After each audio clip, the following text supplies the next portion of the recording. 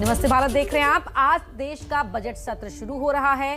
Corona काल में इस बजट से देश को बड़ी उम्मीदें हैं। इस बजट पर दारोमदार है देश के आर्थिक विकास को रफ्तार देने का। आज राष्ट्रपति के अभिभाषण और फिर आर्थिक सर्वे से देश की दशा और दिशा का पता लगेगा। आज दिन भर का क्या कार्यक्रम है वो आपको बता देते हैं सिलसिलेवार तरीके से। आज सुबह 10 बजे से अगर बात की जाए तो कार्यक्रम की शुरुआत होगी, जहां प्रधानमंत्री मोदी मीडिया को संबोधित कर सकते हैं। तो सुबह 10:55 पर राष्ट्रपति संसद पहुंचेंगे। उसके बाद सुबह 11 बजे राष्ट्रपति का अभिभाषण होना है। इस अभिभाषण से सरकार के एजेंडे का पता लगेगा। सुबह 11:30 बजे लोकसभा की कार्यवाही शुरू हो जाएगी। पहले लोकसभा में आर्थिक सर्वेक्षण पेश किया जाएगा। इसमें देश की आर्थिक सेहत का राज खुलेगा। उसके बाद आर्थिक सर्वेक्षण पेश होने के बाद लोकसभा आज के लिए स्थगित हो जाएगी। दोपहर 2:30 बजे की बात करते हैं। दोपहर 2:30 बजे राज्यसभा की कार्यवाही शुरू होगी। राज्यसभा में भी आर्थिक सर्वेक्षण पेश किया जाएगा और फिर राज्यसभा की कार्यवाही भी स्थगित हो जाएगी। शाम 3:45 पर मुख्य आर्थिक सलाहकार मीडिया के सामने आएंगे। और अब आपको बता देते हैं कि आर्थिक सर्वेक्षण होता क्या है, इसमें क्या। अब आपके सामने आर्थिक सर्वेक्षण के बारे में जो जानकारियां हैं वो आपसे साझा करेंगे। आर्थिक सर्वे पिछले 1 साल में देश के प्रदर्शन का लेखा जोखा होता है। आर्थिक सर्वे में देश की जीडीपी का अनुमान भी लगाया जाता है और आर्थिक सर्वे में पिछले 1 साल के दौरान विकास की रफ्तार कैसी रही, किस तरीके की प्रगति हुई, उसकी समीक्षा भी होती है। आर्थिक सर्वे भविष्य के लिए सुझाव भी देता है कि अर्थव्यवस्था में सेहत सुधारने के लिए क्या उपाय किए जाने चाहिए। बजट से पहले संसद के दोनों सदनों में यह आर्थिक सर्वेक्षण पेश किया जाता है। मुख्य आर्थिक सलाहकार की देखरेख में यह आर्थिक सर्वेक्षण बनाया जाता है। तो पूरा शेड्यूल आपने जाना, साथ ही जाना कि आखिर आर्थिक सर्वेक्षण क्या होता है, इसके जुड़ा हुआ हर अपडेट आप तक हम पहुंचाते रहेंगे। आज देखिए राष्ट्रपति का अभिभाषण होगा, तो कल सरकार बजट पेश करेगी, तो वहीं विपक्ष के लिए यह मौका होगा सरकार को घेरने का। विपक्ष ने इसकी पूरी तैयारी कर ली है। ये अच्छा ही बजट लाएंगे, युवाओं को और सभी को ध्यान में रखते हुए, घरेलू बजट को ध्यान में रखते हुए अच्छा बजट आएगा। सरकार को जो है युवाओं पर इस बजट में ध्यान रखना चाहिए। इनकम टैक्स एक्ट की जो अपने डिडक्शन की 80C की लिमिट है वो उसे बढ़ाना चाहिए। Gross enrolment ratio of girls across all levels of education is now higher than boys. आम लोगों से लेकर खास तक, उपभोक्ता से लेकर व्यापार संघों तक, हर किसी की नजर है बजट पर। आने वाली बजट ग्रोथ ओरिएंटेड होगी और फिक्की की तरफ से यही एक्सपेक्टेशन है कि ये 3 बकेट में, यानी कि रिलीफ, रिकवरी और रिफॉर्म में इस बजट को देखा जा सकता है। वहीं विपक्ष के लिए ये मौका सरकार को घेरने का है। मुख्य विपक्षी दल कांग्रेस ने बजट सत्र में कोरोना प्रभावित परिवारों के लिए राहत पैकेज, बेरोजगारी, महंगाई का मुद्दा, भारतीय सीमा में चीनी घुसपैठ के मुद्दे उठाने का फैसला किया है। आज दोपहर ही कांग्रेस प्रेस कॉन्फ्रेंस कर महंगाई पर बिगुल फूंकने जा रही है। वहीं बजट सत्र से पहले न्यूयॉर्क टाइम्स में छपी खबर से पेगासस के मुद्दे की एंट्री भी हो चुकी है। भारतीय जनता पार्टी हर एक के मोबाइल में घुस जाएगी। व्हाट्सएप के माध्यम से तो पहले ही घुसे हुए थे मोबाइल में। अब ये जानना चाहते हैं कि आखिरकार 2 व्यक्ति प्राइवेट बातें क्या कर रहे हैं। भारतीय जनता पार्टी पे आखिरकार फुर्सत कितनी है। ऑलरेडी सुप्रीम कोर्ट ने एक कमेटी बना रखी है और इसमें की प्रतीक्षा करनी चाहिए। पेगासस मुद्दे पर कांग्रेस ने आईटी मंत्री पर सदन को गुमराह करने का आरोप लगाते हुए विशेषाधिकार प्रस्ताव लाने की मांग करते हुए लोकसभा स्पीकर को पत्र लिखा है, जिस पर मुख्तार अब्बास नकवी ने तंज किया है। पेगासस की पिटी पटकथा पर पार्लियामेंट में पंगे का प्रयास, फूकी बंदूक, छुटे कारतूस से मिस फायर हैट्रिक, पराक्रम के प्रयास से ज्यादा कुछ नहीं। इसके अलावा इस सत्र में एयर इंडिया की बिक्री, किसानों से जुड़े मुद्दे भी खूब गूंज सकते हैं। किसान तो आज फिर 500 जिलों में प्रदर्शन कर विश्वासघात दिवस मनाने जा रहे हैं। जो भी दिल्ली में वादा किया भारत सरकार ने, उस वादे को पूरा करें। ज्ञापन दिए जाएंगे हर डीएम, डीसी, एसडीएम के यहाँ पे, जहाँ चुनाव है वहाँ पे भी, जहाँ चुनाव नहीं है वहाँ पे भी। ये है कि सरकार बैठ के बातचीत करे इन मुद्दों पे। ये हमारा मुद्दा रहेगा। फिलहाल 5 राज्यों में चुनावी घमासान है और इसलिए बजट सत्र में सत्ता पक्ष और विपक्ष की ज्यादा तनातनी नजर आ सकती है। बजट सत्र 2 हिस्सों में होगा।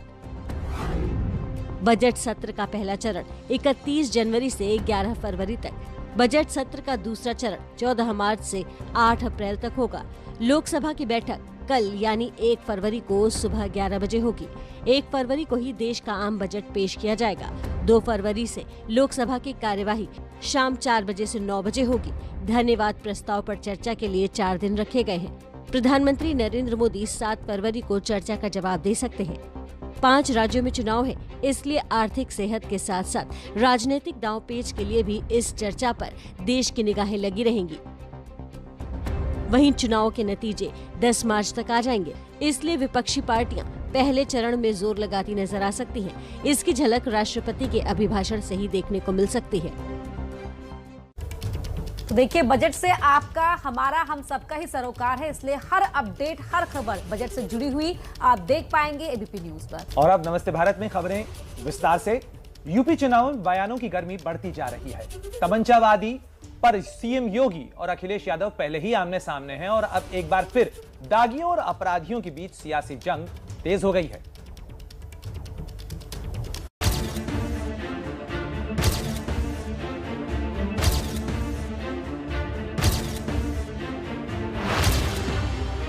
दागी, अपराधी, परिवारवादी, दंगावादी, तमंचावादी, ये सारे शब्द यूपी चुनाव प्रचार में रोज इस्तेमाल हो रहे हैं।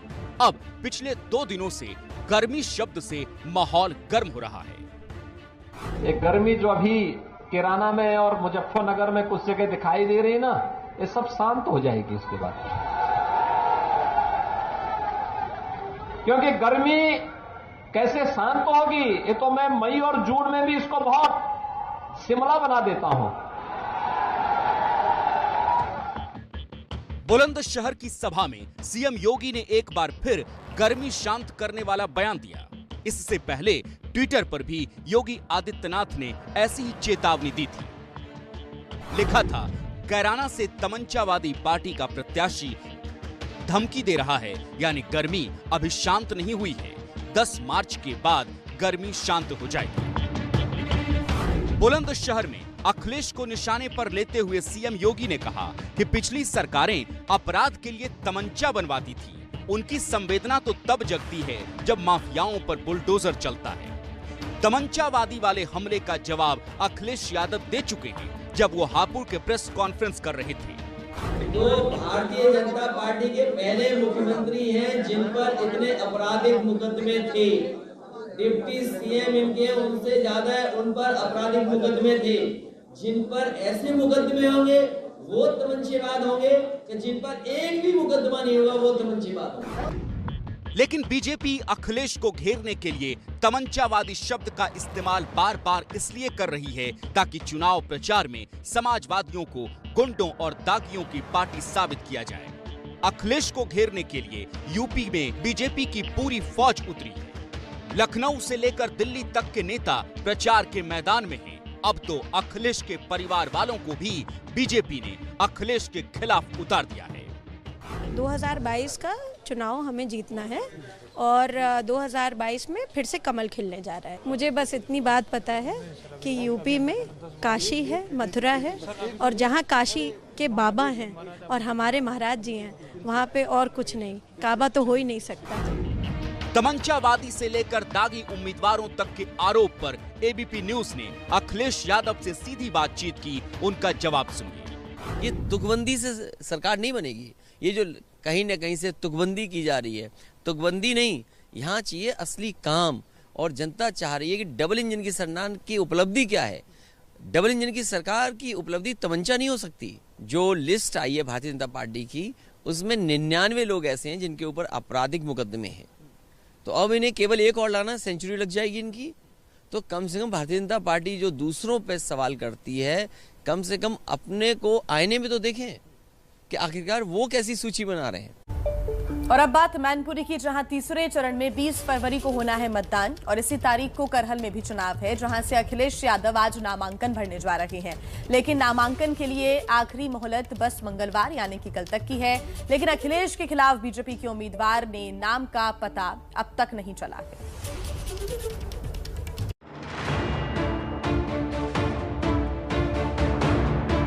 मैनपुरी जिले की करहल सीट राजनीति की शुरुआत और उससे भी पहले ये इलाका मुलायम सिंह यादव की कर्मभूमि थी। नेताजी का गृह जिला इटावा भी इसके करीब ही है। अखिलेश की सरकार में बनाई गई आगरा लखनऊ एक्सप्रेस भी इस करहल इलाके के बीच से गुजरती है, यानी यहाँ नेताजी का नाम भी है और अखिलेश की भी अपनी पहचान है। उसी करहल सीट से आज अखिलेश यादव अपना नामांकन भरने जा रहे हैं। करहल पहुंचने के लिए अखिलेश कल ही अपने घर सैफई पहुंच चुके हैं, जहां से वो करहल के लिए रवाना होंगे। सुबह 10 बजे सैफई में कार्यकर्ताओं के साथ बैठक करेंगे। सुबह 11 बजे अखिलेश यादव मैनपुरी के लिए निकलेंगे। दोपहर 1 बजे मैनपुरी में नामांकन भरेंगे। मैनपुरी के करहल से ही नेताजी ने शुरुआती पढ़ाई लिखाई की और जिस जैन इंटर कॉलेज से वो पढ़े लिखे, बाद में वहीं शिक्षक बन गए। यहीं से नेतागिरी की दुनिया में कदम रखा और अब अखिलेश यहीं से अपना पहला विधानसभा चुनाव लड़ने जा रहे हैं। करहल विधानसभा क्षेत्र नेताजी के क्षेत्र में आता है और बिल्कुल घर के पास की क्षेत्र है ये। यहाँ की जनता का धन्यवाद, यहाँ के जनप्रतिनिधियों का धन्यवाद और यहाँ के संगठन के लोगों का मैं धन्यवाद देता हूँ कि जो हम मुझे मौका दे रहे हैं करहल में पहली बार विधानसभा चुनाव लड़ने का। करहल विधानसभा एक उदाहरण विधानसभा बनेगी विकास के लेकर के कि हाँ, अगर किसी विधानसभा में विकास हो तो ऐसा विकास हो। भारतीय जनता पार्टी बहस विकास पे नहीं करना चाहती है। इटावा से मैनपुरी तक समाजवादियों का गढ़ माना जाता है। इलाके में मुलायम सिंह के परिवार की गहरी पैठ दिखती है और बीजेपी का कोई नामलेवा नजर नहीं आता। एक नजर डालिए करहल के जातीय गणित पर और समझिए कि क्यों यहाँ अखिलेश के परिवार की जय जयकार है। यादव 1,44,000, शाक्य 35,000, क्षत्रिय 25,000, लोधी 11,000, मुस्लिम 14,000, ब्राह्मण 14,000, जाटव 34,000। बीजेपी शुरू से ही अखिलेश पर खुद के लिए सुरक्षित सीट चुनने का आरोप लगा रही है। तो क्या इसलिए बीजेपी अखिलेश को चुनौती देने से कतरा रही है? सवाल इसलिए क्योंकि करहल में नामांकन दाखिल करने के लिए मंगलवार तक का ही वक्त बचा है, पर अब तक बीजेपी ने इस इलाके से उम्मीदवार के नाम का ऐलान नहीं किया है। इतनी बड़ी शख्सियत चुनाव लड़ रही है कि ढूंढना पड़ रहा है कौन आदमी टिक सकेगा वहाँ। अखिलेश के चाचा राम गोपाल यादव तो बड़ा दावा कर रहे हैं। स्टार दिया था, लिस्ट निकल गई थी, वो विड्रॉ कर लिया उसको। राष्ट्रीय अध्यक्ष जी कम से कम 1,60,000 वोट से जीते। अब इंतजार कीजिए, आज के बाद बस एक दिन और। अगर बीजेपी ने करहल से उम्मीदवार का ऐलान नहीं किया तो समझिए कि बीजेपी ने अखिलेश को वॉकओवर दे दिया। देखिए, गहमा-गहमी तेज है। सबसे बड़े चुनावी राज्य यूपी में पहले चरण में पश्चिमी उत्तर प्रदेश में वोट डाले जाएंगे। लेकिन पश्चिमी उत्तर प्रदेश में क्या है सबसे बड़ा मुद्दा? इस पर सर्वे किया सी वोटर ने। क्या निकले नतीजे, आप भी देखिए। सबसे पहले पश्चिमी यूपी में सबसे बड़ा मुद्दा क्या है, आपको ये बता देते हैं कि आखिर जनता इसे लेकर क्या सोच रही है। पश्चिमी उत्तर प्रदेश में सबसे बड़ा मुद्दा क्या, ये देखिए, ये बहुत महत्वपूर्ण सवाल कि आखिर पश्चिमी यूपी में क्या चल रहा है जनता के मन में, उनके लिए मुद्दे क्या अहम है। तो यहाँ देखिए, कैराना, किसान और पता नहीं, कैराना कहने वाले लोग 21% हैं जिनको लगता है कि ये सबसे बड़ा मुद्दा है पश्चिमी यूपी में। लेकिन किसान, जो कि एक मुद्दा बहुत बड़ा काफी समय से चलता आ रहा है पश्चिमी यूपी में, 48% जनता मानती है कि 48% लोगों को लगता है कि किसान सबसे बड़ा मुद्दा पश्चिमी यूपी में रहने जा रहा है। हालांकि 31% ऐसे भी हैं जो कह रहे हैं कि उन्हें नहीं मालूम कि आखिर क्या मुद्दा इस बार चुनावों में पश्चिमी यूपी में है। लेकिन 21% के साथ कैराना और 48% किसान, इसका मतलब यहाँ पर यह हुआ कि 48% यानी सबसे ज्यादा लोग जो हैं वो किसानों को एक बड़ा मुद्दा मान रहे हैं और वो ये मानकर चल रहे हैं कि किसान इन चुनावों में बहुत बड़ा मुद्दा पश्चिमी उत्तर प्रदेश में रहने जा रहा है। उत्तर प्रदेश की चुनावी जंग में आज से प्रधानमंत्री मोदी उतर रही हैं। रैली बंदी के दौर में आज पीएम मोदी की वर्चुअल महारैली होने जा रही है और इस रैली के लिए दिल्ली से लखनऊ तक हलचल है। करीब 30 लाख लोगों के जुड़ने का दावा है। बीजेपी के सबसे बड़े नेता के लिए हो रहे इस मेगा इवेंट की तैयारी कितनी बड़ी है, इस रिपोर्ट में देखिए।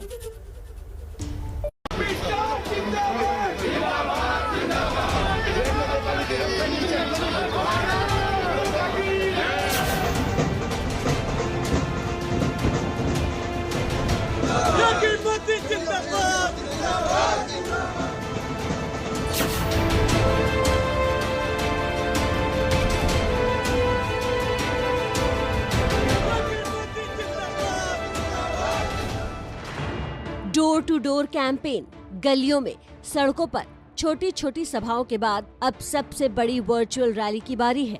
बीजेपी के बड़े बड़े धुरंधरों के बाद अब पश्चिमी यूपी के प्रचार के मैदान में सबसे बड़े नेता के उतरने की बारी है। नेता सबसे बड़ा है तो रैली का इंतजाम कितना बड़ा है, ये भी जानिए। पश्चिमी यूपी के 5 जिलों की 21 विधानसभाओं में पीएम की मेगा वर्चुअल रैली का कार्यक्रम होगा। ये 5 जिले हैं सहारनपुर, मुजफ्फरनगर, शामली, बागपत और गौतम बुद्ध नगर। इन 5 जिलों की 98 मंडल में रैली के लाइव प्रसारण का इंतजाम है। हर एक मंडल में 500 लोगों के बैठने का इंतजाम है, यानी करीब 50,000 लोग रैली को सुनेंगे। इसके अलावा 30 लाख स्मार्टफोन वाले कार्यकर्ताओं को पीएम की रैली का लिंक भेजा गया है, तो सभी विधानसभा क्षेत्रों में LED वैन के जरिए भी रैली का सीधा प्रसारण किया जाएगा। इस मेगा आयोजन का पूरा संचालन लखनऊ से होगा। इस हाईटेक इवेंट को कामयाब बनाने के लिए लखनऊ के पार्टी ऑफिस में एक वर्चुअल सेट वाला स्टूडियो भी तैयार किया गया है, जो 3D तकनीक से भी लैस है, जिसके सहारे अलग अलग जगह बैठे नेता भी रैली में एक ही वर्चुअल मंच पर बैठे नजर आएंगे। अंदर लेकर चलते हैं। ये पूरा वर्चुअल रैली स्टूडियो तैयार किया गया है और हर एक जगह यानी 21 जो विधानसभाएं हैं वहाँ 98 जगह पर जो कार्यक्रम होगा 500 लोग हर एक जगह पर मौजूद रहेंगे, क्योंकि 500 लोगों की परमिशन मिली हुई है चुनाव आयोग से। और ये पूरा आप देखिए वर्चुअल रैली स्टूडियो तैयार किया गया है, यानी ये पूरा वर्चुअल सेट यहाँ पर तैयार किया है। ये आप अगर देखिए तो क्रोमा सेट है, यानी कहीं पर भी यहाँ कोई ग्राफिक्स डाल दें और कहीं पर भी इसे दिखाया जा सकता है। इस तरफ आप देखिए यहाँ पर भाजपा यूपी फिर मांगे भाजपा सरकार, इधर प्रधानमंत्री नरेंद्र मोदी की तस्वीर है, मुख्यमंत्री योगी आदित्यनाथ की तस्वीर है। पीएम दिल्ली से वर्चुअल रैली को संबोधित करेंगे तो दोपहर 1:30 बजे आगरा से सीएम योगी भी जुड़ेंगे, तो लखनऊ से डिप्टी सीएम दिनेश शर्मा। कल एक बहुत बड़ा वर्चुअल कार्यक्रम भी, एक प्रकार की वर्चुअल रैली का आयोजन भी किया जा रहा है। जो भी बड़े कार्यक्रम संभव होंगे निश्चित तौर पर हम निवेदन करके, हमारे राष्ट्रीय नेता वह पूरे विश्व के सर्वाधिक लोकप्रिय जन नेता हैं, निश्चित तौर पर हम कोशिश करेंगे कि उनको जितना संभव हो सके वो पार्टी के लिए प्रचार करेंगे। यूपी चुनाव के पहले चरण में पश्चिमी यूपी के 11 जिलों की 58 सीटों पर 10 फरवरी को चुनाव है। पीएम की इस वर्चुअल रैली के जरिए 21 विधानसभा सीटों पर बीजेपी का फोकस है। कोरोना काल में वर्चुअल रैली की मजबूरी के बीच लंबे समय से इसकी तैयारी चल रही थी।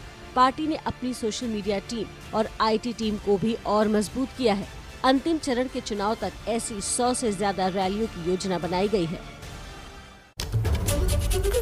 राजनीतिक दल चुनाव के दौरान वोटरों को लुभाने का हर तरीका आजमाते हैं। कांग्रेस के निशाने पर इस बार महिला वोटर्स हैं। महिला वोटर्स को अपने पाले में करने के लिए यूपी कांग्रेस प्रभारी प्रियंका गांधी वाड्रा पोस्ट कार्ड का कार्ड खेलने वाली है।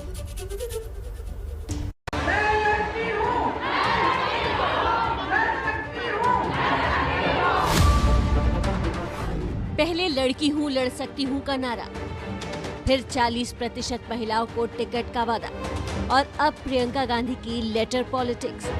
यूपी की महिलाओं तक अपनी बात पहुंचाने के लिए डिजिटल युग में पोस्ट कार्ड का दांव चल रही है कांग्रेस। प्रियंका गांधी वाड्रा यूपी की 1 करोड़ महिलाओं को पत्र भेजने वाली हैं। ये सभी पोस्ट कार्ड प्रियंका गांधी की तरफ से भेजे जाएंगे। इस पत्र में प्रियंका महिलाओं को अपने वादे बताएंगी। दूसरे शब्दों में कहें तो यूपी की राजनीति में पोस्ट कार्ड का कार्ड खेल दिया है। प्रियंका जानती है कि महिला मतदाता साइलेंट वोटर है जो किसी का खेल बना सकती है। चुनाव आयोग के आंकड़ों के मुताबिक यूपी में कुल वोटरों की संख्या 14 करोड़ 61 लाख है। इसमें 7 करोड़ 90 लाख पुरुष वोटर हैं और महिला वोटरों की संख्या 6 करोड़ 70 लाख है। बिहार और बंगाल के विधानसभा चुनाव में महिला वोटरों ने सीधा असर डालकर निर्णायक भूमिका निभाई थी। यही वजह है कि यूपी में कांग्रेस महासचिव और यूपी प्रभारी प्रियंका गांधी प्रदेश की आधी आबादी को साधने की हर मुमकिन कोशिश कर रही हैं। इसी मुहिम के तहत पार्टी ने पिछले दिनों लखनऊ और झांसी में मैराथन भी आयोजित की थी। हालांकि बाद में इसे कोरोना के कारण रद्द करना पड़ा। अगर प्रियंका महिला वोटरों को साध पाई तो यूपी के चुनाव में वो हो सकता है जो किसी ने उम्मीद न की हो। और इस बीच बड़ी खबर आपको बता दें, कानपुर शहर के बाबूपुरवा बस हादसे में मरने वालों की संख्या बढ़कर 6 हो गई है। यह हादसा उस वक्त हुआ जब एक अनियंत्रित इलेक्ट्रिक बस ने ट्रैफिक बूथ को तोड़ते हुए कई लोगों को कुचल दिया। कई लोग घायल हो गए हैं जिनको अस्पताल में भर्ती कराया गया है। बस चालक हादसे के बाद मौके से फरार हो गया है। पुलिस हालांकि कार्रवाई कर रही है, पूरे मामले की जांच हो रही है। इस हादसे पर राष्ट्रपति रामनाथ कोविंद ने भी दुख व्यक्त किया है। लेकिन ये दुख की बात है कि बाबूपुरवा बस हादसे में मरने वालों की संख्या बढ़कर 6 हो गई है। कई लोग घायल हुए हैं जिनका अस्पताल में इलाज चल रहा है। तो कानपुर में हुई बस दुर्घटना में कई लोगों के हताहत होने की खबर से अत्यंत दुख हुआ है। ये ट्वीट किया है राष्ट्रपति रामनाथ कोविंद ने। वो ट्वीट भी आपको हम दिखा रहे हैं। बता दें कि मरने वालों की संख्या 6 हो गई है। अभी भी कई लोग घायल हैं जिनका इलाज चल रहा है। राष्ट्रपति ने ट्वीट किया है, लिखा है कि इस घटना में अपने प्रियजनों को खोने वाले परिवारों के प्रति मेरी गहन शोक संवेदनाएं। मैं घायल हुए लोगों के शीघ्र स्वस्थ होने की कामना करता हूं। पहले समाजवादी पार्टी को एक और बड़ा झटका लग सकता है। एसपी सरकार में मंत्री रहे शिव कुमार बेरिया समेत कई और लोग बीजेपी ज्वाइन करेंगे। समाजवादी पार्टी के संस्थापक मुलायम सिंह यादव के साढ़ू प्रमोद गुप्ता ही बेरिया को बीजेपी में लेकर आ रहे हैं। कानपुर के ग्रामीण इलाकों और कानपुर देहात में बेरिया की अच्छी बैठ है और इसीलिए बेरिया की एंट्री को एक बड़े झटके के तौर पर देखा जा रहा है। और अब आगे आपको दिखाते हैं कि दिल्ली में यमुना की सफाई को लेकर जितनी सरकारें आई उन्होंने किस तरह बड़े बड़े वादे किए। केजरीवाल सरकार भी दिल्ली की कुर्सी पर बैठने से पहले और बाद में कई दावे कर चुकी है, मगर यमुना की हालत जस की तस बनी हुई है। देखिए हमारी ये खास रिपोर्ट यमुना की सेहत पर। यमुना को साफ करेंगे और आपको सबको डुबकी लगवाऊंगा मैं। यमुना को साफ करने का बीड़ा हम सब लोगों ने उठाया है। ये झाग हवाई वादों के हैं। ये झाग दिल्ली की यमुना पर तैर रहे हैं। यमुना के पानी पर जमी सफेद चादर ऐसी लगती है जैसे बर्फ जमी हो, लेकिन ये बर्फ की चादर नहीं बल्कि सफेद झाग है जो फैक्ट्रियों और कारखानों से निकलने वाले गंदे पानी से बनता है। जबकि दिल्ली के मुख्यमंत्री अरविंद केजरीवाल न जाने कितनी बार यमुना की सफाई के वादे कर चुके हैं, लेकिन ढाक के 3 पार यमुना का पानी जहरीला और गंदा। यमुना का पानी इतना गंदा हो चुका है कि इस्तेमाल करना तो दूर, पास खड़े रहना भी मुश्किल है। जहां तक नजर डाले जहरीला काला पानी ही नजर आता है। ये वही यमुना है जो पूरे दिल्ली की प्यास बुझाती है। यमुना का ये हाल नालों, सीवर और फैक्ट्रियों से निकलने वाले पानी के कारण है, क्योंकि इनका पानी सीधे यमुना में मिलता है। लॉकडाउन के दौरान यमुना का पानी काफी साफ हो गया था, लेकिन एक बार फिर से फैक्ट्रियों और कारखानों के खुलने के बाद यमुना का हाल बेहाल है। हर साल लाखों रुपए यमुना के पानी को साफ करने के नाम पर खर्च किए जाते हैं, नई नई परियोजनाएं बनाते हैं, पर यमुना के हालात आज भी प्रदूषित है। और अब बात बजट की। कल बजट आने वाला है। सुनिए दिल्ली की जनता वित्त मंत्री से आखिर क्या चाहती है। हमारी मांग यही है कि बच्चों के लिए कम से कम कार रोजगार तो चले। बच्चे सब घर बैठे हुए हैं, कोई काम ही नहीं मिल रहा है। जी बस थोड़ी सी रिक्वायरमेंट है मेरे मंत्री जी से, जैसे कि तेल का रेट आसमान छू रहा है। अगर तेल के रेट कम होंगे तो दूध, चीनी, चाय पत्ती सब सस्ता होगा। और आम आदमी क्या चाहता है, एक चाय जो थोड़ी सी मीठी हो, मगर वो हमें नहीं मिल पाती है। महंगाई के ऊपर ये करना चाहती हूँ कि जो सारे बच्चे बेरोजगार हैं, किसी को रोजी रोटी नहीं है, कोई चोरी कर रहा है, कोई डाका डाल रहा है, इसीलिए डाल रहा है कि क्योंकि सब चीज़ महंगी हो गई है। गैस महंगी हो गई, राशन महंगा हो गया, सब्जी महंगी हो गई। कहाँ से तेल देखो, आटा देखो, चावल देखो, क्या खाएगा गरीब आदमी। तो आज से देश का बजट सत्र शुरू हो रहा है। कोरोना काल में इस बजट से देश को बड़ी उम्मीदें हैं। इस बजट पर दारोमदार है देश के आर्थिक विकास को रफ्तार देने का। आज राष्ट्रपति के अभिभाषण और फिर आर्थिक सर्वे से देश की दशा और दिशा का पता लगेगा। आज दिन भर का कार्यक्रम आपको बता देते हैं। सुबह 10 बजे की अगर बात करें, सुबह 10 बजे प्रधानमंत्री मोदी मीडिया को संबोधित कर सकते हैं। उसके बाद किस तरीके से कार्यक्रम आगे बढ़ेगा, सुबह 10:55 पर राष्ट्रपति संसद पहुंचेंगे। सुबह 11 बजे का समय है राष्ट्रपति के अभिभाषण का। इस अभिभाषण से सरकार के एजेंडे में क्या है उसका पता चलेगा। उसके बाद सुबह 11:30 बजे लोकसभा की कार्यवाही शुरू हो जाएगी और लोकसभा में पहले आर्थिक सर्वेक्षण पेश किया जाएगा और इस आर्थिक सर्वेक्षण में देश की आर्थिक सेहत का राज खुलेगा। आर्थिक सर्वेक्षण पेश होने के बाद लोकसभा आज के लिए स्थगित हो जाएगी। उसके बाद दोपहर 2:30 बजे राज्यसभा की कार्यवाही शुरू होगी और राज्यसभा में भी आर्थिक सर्वेक्षण पेश किया जाएगा और फिर राज्यसभा की कार्यवाही भी स्थगित हो जाएगी और फिर 3:45 पर मुख्य आर्थिक सलाहकार मीडिया के सामने आएंगे। तो आज आर्थिक सर्वेक्षण का दिन है। आपको बताते हैं कि क्या होता है आर्थिक सर्वेक्षण। दरअसल आर्थिक सर्वे पिछले 1 साल में देश के आर्थिक प्रदर्शन का लेखा जोखा होता है।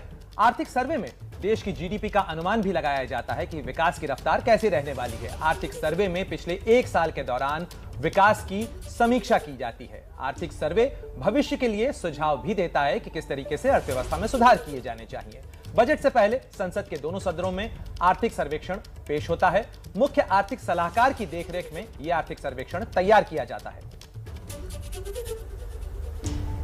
देखिए, आज राष्ट्रपति का अभिभाषण होगा तो कल सरकार अपना बजट पेश करेगी। तो वहीं विपक्ष के लिए यह मौका होगा सरकार को घेरने का। विपक्ष ने इसकी भी तैयारी कर ली है। क्या तैयारी है, इस रिपोर्ट में देखते हैं। ये अच्छा ही बजट लाएंगे, युवाओं को और सभी को ध्यान में रखते हुए, घरेलू बजट को ध्यान में रखते हुए अच्छा बजट आएगा। सरकार को जो है युवाओं पर इस बजट में ध्यान रखना चाहिए। इनकम टैक्स एक्ट की जो अपने डिडक्शन की 80C की लिमिट है वो उसे बढ़ाना चाहिए। Cross enrolment ratio of girls across all levels of education is now higher than boys. आम लोगों से लेकर खास तक, उपभोक्ता से लेकर व्यापार संघों तक, हर किसी की नजर है बजट पर। आने वाली बजट ग्रोथ ओरिएंटेड होगी और फिक्की की तरफ से यही एक्सपेक्टेशन है कि ये 3 बकेट में यानी कि रिलीफ, रिकवरी और रिफॉर्म में इस बजट को देखा जा सकता है। वहीं विपक्ष के लिए ये मौका सरकार को घेरने का है। मुख्य विपक्षी दल कांग्रेस ने बजट सत्र में कोरोना प्रभावित परिवारों के लिए राहत पैकेज, बेरोजगारी, महंगाई का मुद्दा, भारतीय सीमा में चीनी घुसपैठ के मुद्दे उठाने का फैसला किया है। आज दोपहर ही कांग्रेस प्रेस कॉन्फ्रेंस कर महंगाई पर बिगुल फूंकने जा रही है। वहीं बजट सत्र से पहले न्यूयॉर्क टाइम्स में छपी खबर से पेगासस के मुद्दे की एंट्री भी हो चुकी है। भारतीय जनता पार्टी हर एक के मोबाइल में घुस जाएगी। व्हाट्सएप के माध्यम से तो पहले ही घुसे हुए थे मोबाइल में। अब ये जानना चाहते हैं कि आखिरकार 2 व्यक्ति प्राइवेट बातें क्या कर रहे हैं। भारतीय जनता पार्टी पे आखिरकार फुर्सत कितनी है।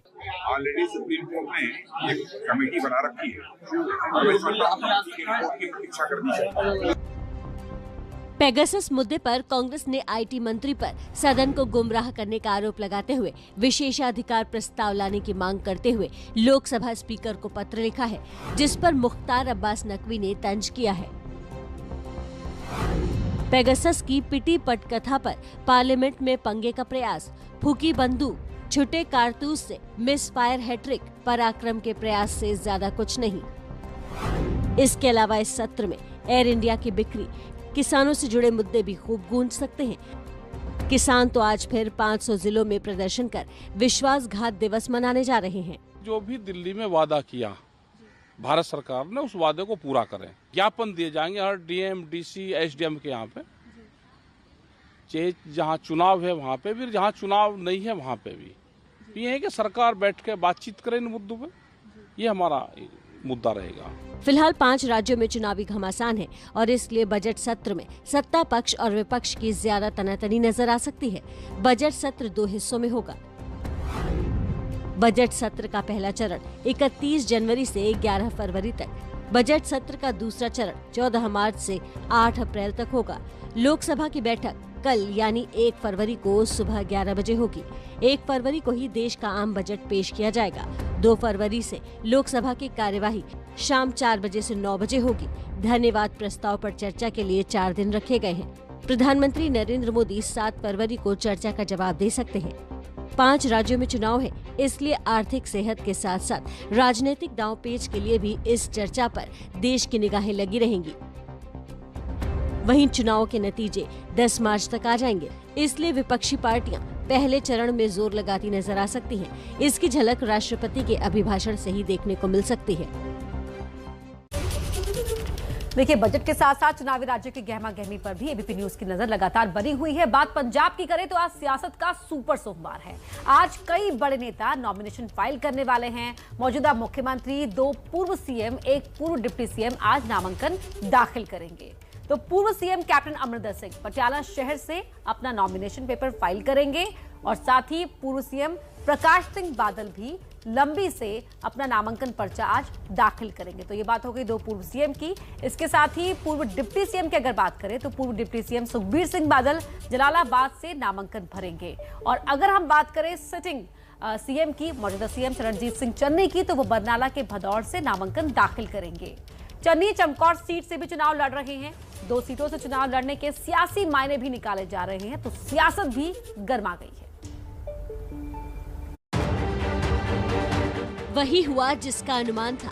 पंजाब के सीएम चरणजीत सिंह चन्नी दौड़ पड़े हैं दूसरी सीट की तरफ। अब चन्नी चमकौर साहिब के अलावा बरनाला के भदौड़ से भी चुनाव लड़ेंगे।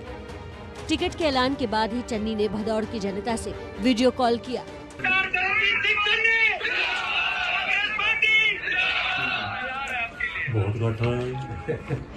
इस ऐलान से 2 बातें साफ हो गई हैं। पहली बात ये कि चन्नी पर कांग्रेस कोई रिस्क नहीं लेना चाहती। इसके मायने ये भी हैं कि सीएम पद के लिए कांग्रेस का चेहरा चन्नी ही होने जा रहे हैं।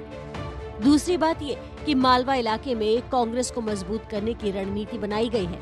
इस फैसले से चन्नी की अहमियत कांग्रेस में बढ़ जाएगी, क्योंकि चन्नी कांग्रेस के इकलौते उम्मीदवार हैं जो 2 सीट से चुनाव लड़ेंगे। चमकौर और भदौड़ दोनों सुरक्षित सीट है। पंजाब की कुल 117 सीटों में से 30 सीटें अनुसूचित जाति के लिए आरक्षित हैं, मगर यहाँ की 50 सीटों पर सिख दलितों का प्रभाव है। विपक्ष का कहना है कि चन्नी ने डर कर 2 सीटों से लड़ने का फैसला किया है। दिल्ली के सीएम अरविंद केजरीवाल ने ट्वीट कर कहा, मैंने कहा था कि हमारे सर्वे के मुताबिक चन्नी जी चमकौर साहिब से हार रहे हैं। आज कांग्रेस ने ऐलान किया है कि वो 2 सीटों से चुनाव लड़ेंगे। इसका मतलब सर्वे सच है। वहीं अकाली दल नेता सुखबीर बादल ने कहा कि चन्नी ने डर कर दूसरी सीट का रास्ता पकड़ा है। चन्नी अपने चमकौर साहब तो डर गया सी उत्थे, क्योंकि रेते ਦਾ बहुत ਵੱਡਾ ਸਕੈਂਡਲ ਹੋ ਗਿਆ ਸੀ। ਲੋਕੀ ਇਹਨੂੰ ਨਫ਼ਰਤ ਕਰਦੇ ਸੀ। ਉਹਨੇ ਰੇਤੇ ਦੇ ਟਰੱਕਾਂ ਨੂੰ ਇੰਨਾ ਪ੍ਰਮੋਟ ਕੀਤਾ ਉੱਤੇ ਸੜਕਾਂ ਟੁੱਟ ਗਈਆਂ ਸੀ, ਲੋਕਾਂ ਨੂੰ ਲੁੱਟਦਾ ਸੀ। ਹੁਣ ਉਹ ਡਰ ਗਿਆ ਕਿ ਮੈਂ ਇੱਥੋਂ ਸ਼ਾਇਦ ਹਾਰ ਜਾਊਂਗਾ, ਤੇ ਇਸ ਕਰਕੇ ਡਰ ਕੇ ਅੱਜ ਭਦੌੜ ਆਇਆ। ਪਰ ਐ ਨਹੀਂ ਪਤਾ ਭਦੌੜ ਸਾਡਾ ਸ਼ੇਰ ਤਿਆਰ ਹੈ। एबीपी न्यूज ने पहले ही बता दिया था कि चन्नी को कांग्रेस 2 सीटों से लड़ा सकती है। तकरीबन 1 हफ्ते पहले बताया था कि चरणजीत सिंह चन्नी को दूसरे सीट से उतारने की रणनीति भी कांग्रेस में बन रही है। क्या आप किसी दूसरी सीट से भी लड़ने का मन बना? ये पिछली बार भी कांग्रेस ने अपने सीएम चेहरे को 2 बार लड़ाया था। और खबर पर मुहर लगी है। पंजाब में नामांकन पत्रों की जांच 2 फरवरी को होगी। नाम वापस लेने की आखिरी तारीख 4 फरवरी है, जिसके बाद 20 तारीख को वोटिंग होनी है। एबीपी न्यूज पर सबसे तेज नतीजे आप 10 मार्च को देख पाएंगे। तो पंजाब की पॉलिटिक्स के बाद अब बात उत्तराखंड के सियासी उतार चढ़ाव की। उत्तराखंड विधानसभा चुनाव को लेकर सभी पार्टियां पूरी तरह से चुनावी मोड में आ चुकी हैं, एक्टिव हो चुकी हैं। कुछ नेता लोगों को रिझाने के लिए खेलकूद का सहारा भी ले रहे हैं, तो वहीं कुछ पार्टियां अपने चुनावी गीतों के सहारे लोगों को रिझाने की कोशिश में लगी हुई हैं। उत्तराखंड के चुनावी रंग पर देखिए एबीपी न्यूज की ये खास रिपोर्ट। चुनाव है तो नेताओं के अलग अलग रंग देखने को मिल जाते हैं। चुनावी रंग में पूरी तरह से रंग चुके उत्तराखंड में सारी राजनीतिक पार्टियां पूरे दमखम के साथ मैदान में उतर चुकी हैं। सभी पार्टियां अपनी समझ के हिसाब से जनता को रिझाने की हर मुमकिन कोशिश कर रही हैं। प्रचार के दौरान हरीश रावत एक कबड्डी मैच का उद्घाटन करने बिंदु खटा पहुंचे, जहां उन्होंने खुद भी कबड्डी में 2-2 हाथ लोगों के साथ झूमते गाते नजर आए थे। उनका ये रूप उत्तराखंड के लोगों को कितना भाता है, ये तो 10 मार्च को ही पता चलेगा। आगे बढ़ते बात किसानों की। संयुक्त किसान मोर्चा के आह्वान पर आज देश भर में विश्वासघात दिवस मनाया जाएगा और इसके तहत देश भर के 500 जिलों में प्रदर्शन किसान करेंगे। तो भी दिल्ली में वादा किया, भारत सरकार ने उस वादे को पूरा करें। संयुक्त किसान मोर्चा आज विश्वासघात दिवस के रूप में मना रहा है। किसानों का दावा है कि उन्होंने धोखा दिए जाने के खिलाफ ये कदम उठाया है। इसका फैसला 15 जनवरी को हुई बैठक में लिया गया था। किसानों का कहना है कि 15 जनवरी के फैसले के बाद भी भारत सरकार ने 9 दिसंबर के अपने पत्र में किया कोई वादा पूरा नहीं किया है। इसमें मांग की गई थी कि आंदोलन में शामिल किसानों पर दर्ज मुकदमे वापस हो, शहीद परिवारों को मुआवजा दिया जाए। एमएसपी के मुद्दे पर भी अब तक सरकार की तरफ से कोई कमेटी नहीं बनाई गई। हाँ, 31 तारीख को हम प्रदर्शन करेंगे पूरे देश भर में। डीसी, डीएम, एसडीएम उनके वहाँ पे प्रोग्राम होंगे इसी 31 जनवरी को, और उस प्रोग्राम में हम अपनी बात को बताएंगे। बजट सत्र से पहले किसानों का एक बार फिर देश में प्रदर्शन करना चुनावी माहौल में बीजेपी के लिए मुश्किल खड़ी कर सकता है। इस पर संसद में तो हंगामा होगा ही, चुनाव में भी इसकी गूंज सुनाई दे सकती है।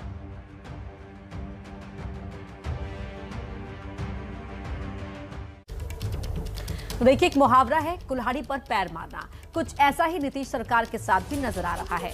जब से नीतीश सरकार ने सरकारी शिक्षकों को शराब माफियाओं की जासूसी की जिम्मेदारी सौंपी है, तब से कोहराम मच गया है। पहले टीचर्स सड़क पर उतरे तो अब विपक्षी दल आरजेडी भी लड़ाई में कूद पड़ी है।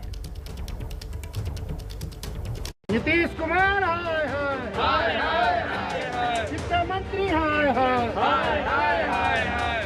नीतीश सरकार के खिलाफ नारेबाजी करते ये हैं बिहार के शिक्षक, जो नीतीश सरकार के तुगलकी फरमान के खिलाफ अपना विरोध दर्ज करा रहे हैं। शिक्षकों के विरोध की आग में सियासी घी डालने का काम कर रही है आरजेडी। माननीय नीतीश जी,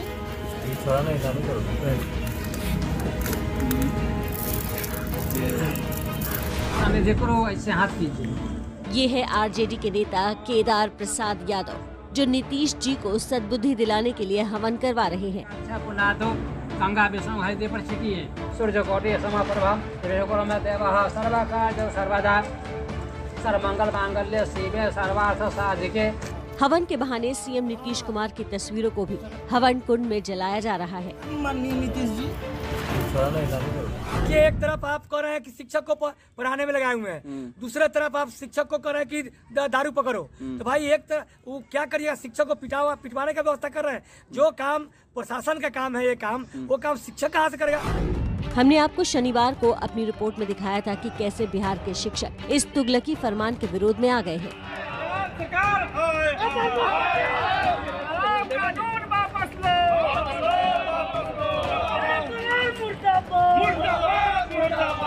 दरअसल शुक्रवार को ही बिहार सरकार के शिक्षा विभाग के अपर सचिव की ओर से एक पत्र जारी कर आदेश दिया था कि शराबबंदी को सफल बनाने के लिए सरकारी शिक्षक अपने आसपास शराब पीने और बेचने वालों की सूचना सरकारी अधिकारियों को देंगे।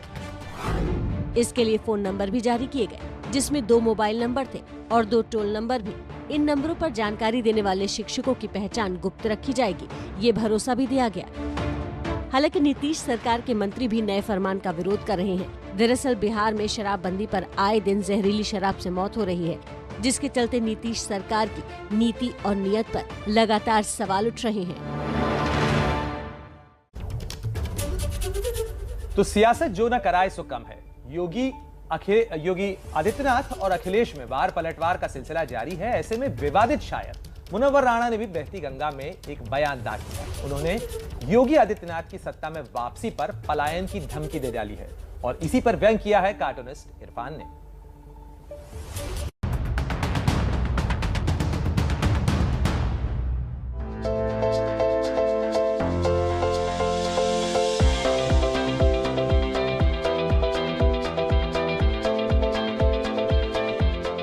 शायर अक्सर अपने अशार में दुनिया जमाने की बातें करता है, बड़ी बड़ी बातें करता है, और कभी कभी वो बातें उसके हालात पर एकदम फिट भी बैठती हैं। अब देखिए, कल शायर मुनव्वर राणा ने एक बहुत बड़ी बात कही, कहा कि योगी सरकार अगर दोबारा से सत्ता में आई तो मैं पलायन करूंगा।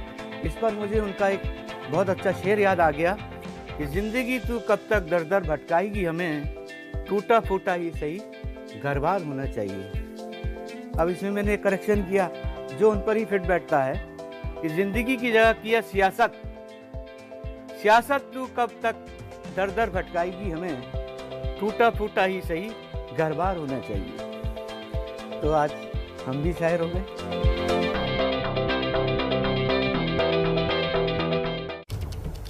तो नमस्ते भारत में आज के लिए फिलहाल इतना ही।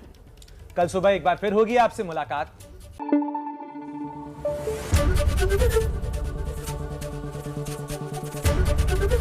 एबीपी न्यूज आपको रखे आगे।